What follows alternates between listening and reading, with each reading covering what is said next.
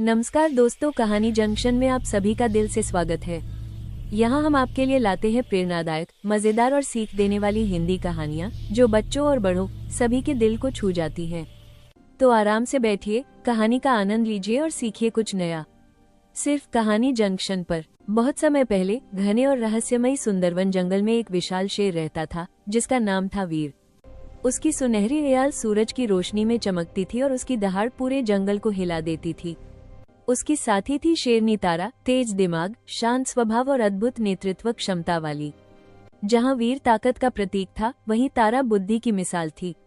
उनके दो नन्हे शावक थे, अर्जुन निडर लेकिन थोड़ा जिद्दी, मीरा समझदार और दयालु। जंगल में उनके मित्र भी थे, गजराज विशाल, वफादार और शक्तिशाली हाथी, मोंटू चतुर बंदर, खबरें लाने में माहिर, चंदा तेज हिरणी, कालिया चालाक लोमड़ी जो हमेशा सत्ता चाहती थी। एक रात मोंटू घबराया हुआ आया। महाराज, जंगल के उत्तरी हिस्से में इंसान आए हैं, वे पेड़ काट रहे हैं।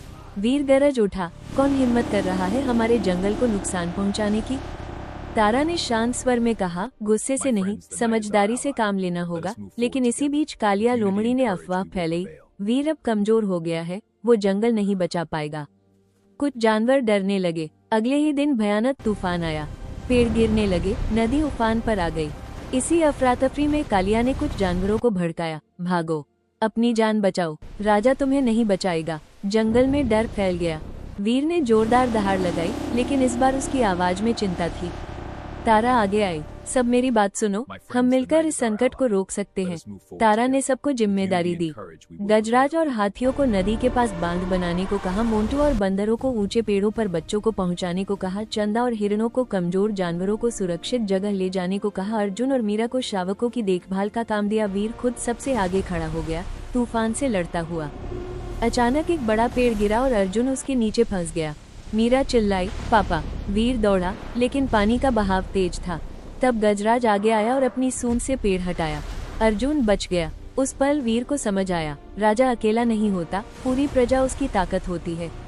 तूफान शांत हुआ, लेकिन इंसान अब भी जंगल में थे।